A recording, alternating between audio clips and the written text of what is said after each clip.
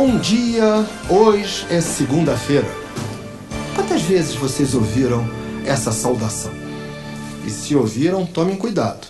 Na maioria das vezes, eu acho que é mentira de quem está falando. Uma das coisas que mais me impressiona na realidade das empresas no Brasil, e pelo amor de Deus, não estou falando só de brasileiros, transporia essa realidade para a França, para Portugal, para a Espanha, para a Itália, certo? Transporia até mesmo para Japão e Estados Unidos. Há um total conflito entre a execução do trabalho e o prazer pelo trabalho. Nós temos realmente dedicado uma grande parte de nosso tempo a tentar pesquisar, em primeiro lugar, até que ponto vai essa realidade, avaliar o grau de dessintonia entre o prazer e a execução do trabalho. Em segundo lugar, temos tentado perguntar por quê? Por que uma distância tão grande? Quando eu pergunto às pessoas no Brasil que nota de 0 a 10 você dá pela felicidade de estar trabalhando nas condições atuais em que você trabalha, por favor, 3 segundos para vocês pensarem. Que nota vocês imaginam? Agora pensem em tudo. Pensem quando as pessoas voltam das férias. Pensem quando as pessoas estão na proximidade das férias. Pensem numa quarta-feira à tarde depois da feijoada. Pensem no momento em que há a possibilidade de um feriado ponte, em que você emenda quinta, sexta, sábado e domingo. Consegui estimular vocês para algum número? Pois a nota que eu tenho chegado é nota 3. De 0 a 10, as pessoas dão nota 3 pela felicidade de estarem trabalhando. Por que isso? Eu fui me perguntando. Em primeiro lugar, claramente, são as condições do trabalho, são as condições da motivação, são as condições que as empresas propiciam, o ambiente de trabalho, a preocupação com o ser humano, a qualidade de vida, a perspectiva de desenvolvimento, enfim, não há claramente um ambiente que as motive para isso. Mas, em segundo lugar, há outras coisas, impregnadas em forma de paradigma. Eu perguntei também a milhares de pessoas em meus seminários e palestras, quantas pessoas receberam um engrama, um input positivo em relação ao trabalho da sua família. Ou seja, o pai chegava numa quinta-feira e dizia: puxa, que pena, hoje é quinta-feira, o fim de semana está chegando. Puxa vida, eu estou chateado, vou ser obrigado a gozar minhas férias. Eu amo o meu chefe. Vocês sabem quantas famílias propiciaram a essa amostragem de milhares de pessoas que eu perguntei? Apenas 3%. Ou seja, apenas 3% do contingente médio. Não que isso seja uma pesquisa acadêmica, mas é um bom indicador de uma evidência. Apenas 3% receberam um engrama positivo em relação ao trabalho. Depois nós vamos mais longe, nós vamos às lutas das classes sociais, nós vamos ao processo de escravidão. É claro que se você perguntasse no século passado, a maioria dos trabalhadores: você ama o que você faz? É evidente que os escravos iam dizer: não, eu detesto, minha nota é 0. Nós vamos antes. Vamos à cultura ibérica. Sérgio Buarque de Holanda, e foi com ele que eu aprendi, em Raízes do Brasil, coloca de maneira maravilhosa. Manel é inteligente, não trabalha. Esta era a forma de pensar, este era o paradigma do século XVIII e XVII. Aquele que trabalhava era o escravo, o inteligente era o senhor fidalgo, era aquele que pertencia à corte. Vamos mais longe ainda, está escrito na Bíblia, Deus dizendo para Adão: Adão, você está expulso do paraíso e vai ganhar o pão de cada dia com o suor do seu rosto. Quando eu pergunto às pessoas que entendimento vocês têm dessa frase, dizem para mim: não há dúvida, Marco Aurélio, o trabalho é castigo. Em latim e em grego, a palavra trabalho vem de trepalium, um instrumento de tortura da época. Na língua russa também a palavra trabalho está diretamente ligada à tortura. Mas é mais um erro de paradigma, nós não entendemos. Deus não estava castigando o homem, Deus estava terceirizando. Foi o primeiro franchising interplanetário. Vocês pensam que foi o Boticário ou o McDonald's? Vocês estão errados, foi Deus terceirizando a Terra. Eu pediria a vocês, com toda a humildade, mas acho fundamental, porque quanto mais eu pesquiso líderes triunfadores, seja nas empresas, seja nos esportes, seja no governo, eu vejo um elo comum entre eles. Todo triunfador literalmente ama o que faz, tem paixão pelo que faz. Quando eu pergunto numa escala de 0 a 10, me dê uma nota pelo prazer que você tem de trabalhar, assim, de 0 a 10, Marco Aurélio, a 11, 12, eu tenho literalmente comprometimento total com o meu trabalho. E eu não vejo possibilidade nesses próximos anos.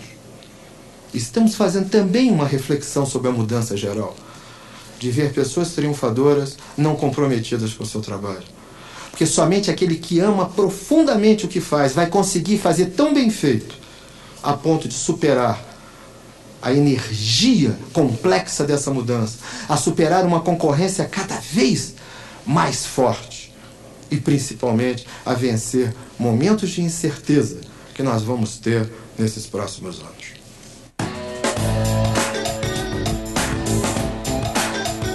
Eu agora vou trazer uma surpresa para vocês que eu não sei se vocês vão gostar.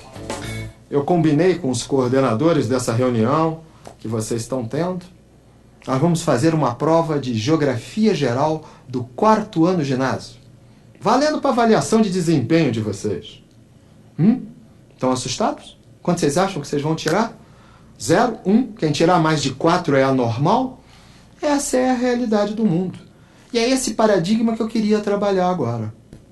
Vocês, nível superior, nível médio, estudaram 14, 18 anos. Eu não estou falando agora dos mestres e doutores, onde a educação talvez mude um pouco. Mas estou falando para nós. 14, 18 anos de estudo. Quero fazer uma pergunta com grande sinceridade. Mas, por favor, me respondam olho no olho. Adulto a adulto. Jogo da verdade. Ao longo desses 14, 18 anos, vocês foram inspirados, cutucados, motivados para aprender, apreender, reter uma bagagem cultural que fosse útil para o resto da vida de vocês? Ou vocês simplesmente foram estimulados a fazer provas? Me responda a verdade. Eu posso falar de cadeira. Estudei num dos melhores colégios do Brasil, Colégio Santo Inácio, no Rio de Janeiro, onde realmente o ensino era seríssimo, todos nós passávamos para vestibular, sempre nos colocando nos primeiros lugares. Eu, ao longo de 8 anos de estudo, tirei somente a nota 10 em História Geral. E não podia colar, evidentemente, um colégio sério, tomavam conta da gente. Era pecado sério, né, se nós colássemos. Aos 26 anos de idade, apenas 8 anos depois de me formar, eu fui para a Espanha. Eu gosto muito até hoje de estudar as histórias dos países. Imaginem vocês, estudando a história da Espanha, apenas 8 anos depois de me formar, eu não sabia quem eram os godos e visigodos. Eu não sabia que tinha tido árabes na Espanha durante 700 anos. Eu não sabia quando era a Idade Média. Não se assusta, eu não vou perguntar a vocês. A última vez que eu perguntei a um grupo de superintendentes e gerentes de uma multinacional quando foi a Idade Média, eu recebi 50 papeizinhos, claro que anônimos, eu não queria constranger ninguém. E as datas que eram informadas vinham de 6 séculos antes de Cristo até 1920. Gente, essa é a realidade. Nós fomos educados para fazer prova. Se nós pegarmos o modelo mental de um adolescente hoje, e isto é seríssimo para as nossas organizações, nós vamos ver mais ou menos o seguinte. Eu frequento um colégio, onde eu faço provas, onde eu tenho que passar de ano para fazer um vestibular, para eu fazer uma faculdade, para ter um diploma e aí me garantir no emprego. Pelo amor de Deus, nós temos que trocar toda esta cadeia de paradigmas. Porque isso reflete na empresa hoje. Eu sei que vocês podem estar dizendo, Marco Aurélio, pelo amor de Deus, gastando tanto tempo de vídeo para falar de educação e da época em que você era ginasiano. Isso é fundamental. Peter Senge tem estudado isso hoje nos Estados Unidos. 92% das horas de treinamento gerencial são literalmente jogadas fora nos Estados Unidos. Quando se faz o recall, 2 anos depois, 1 ano depois, só se sabe no máximo, média das médias, de 8%. Isso tudo nós temos que levar em consideração. Porque cada vez mais nós estamos na sociedade do conhecimento, em substituição à sociedade industrial, onde o que vai prevalecer como fator crítico de sucesso, como diferenciação competitiva das organizações, é exatamente o conhecimento. E aí nós temos que evoluir dos dados, números, para a informação. Só que a informação não é suficiente. Nós temos que transformar a informação em cultura, que é a absorção da informação, é a colocação, é a impregnação da informação no nosso cérebro. Também não é suficiente. Nós temos que ir para a erudição, que é a capacidade de ligar os pontos de cultura retidos na nossa mente. Também não é suficiente. Nós vamos ter que ser sábios. Só os sábios sobreviverão, que serão aqueles que terão a capacidade da inovação em cima da sua erudição. Isso é fundamental da gente entender. Eu aprendi isso dentro da minha família. né, com os meus filhos. Véspera de prova ficam sérios. Eu entro no quarto, às 9 horas da noite, não me atrapalha. Eu sou um cara sério, estou estudando para a prova de amanhã. Às 11 horas eu entro, continuo estudando. Às 4 horas da manhã entrei, luz acesa ainda. Meu filho estava dormindo sentado. Depois eu perguntei, meu filho, por que dormindo sentado? Ele disse, papai, me disseram que se eu deitar as ideias embaralham. No dia seguinte, de manhã, ele saía como um autômato. Eu dizia, bom dia, meu filho. Ele, não fala comigo que eu posso esquecer alguma coisa. Essa é a realidade que a gente vive. Por favor, neste momento em que prevalece a sociedade do conhecimento, mais uma ideia do Peter Senge, em que prevalece a Learning Organization, a organização voltada para o aprendizado, nós temos que derrubar esse paradigma jurássico ultrapassado de simplesmente fazer provas. E muito mais do que isso, nós temos que trilhar o caminho da sabedoria, retendo a informação, trabalhando a informação e, principalmente, inovando a cada dia.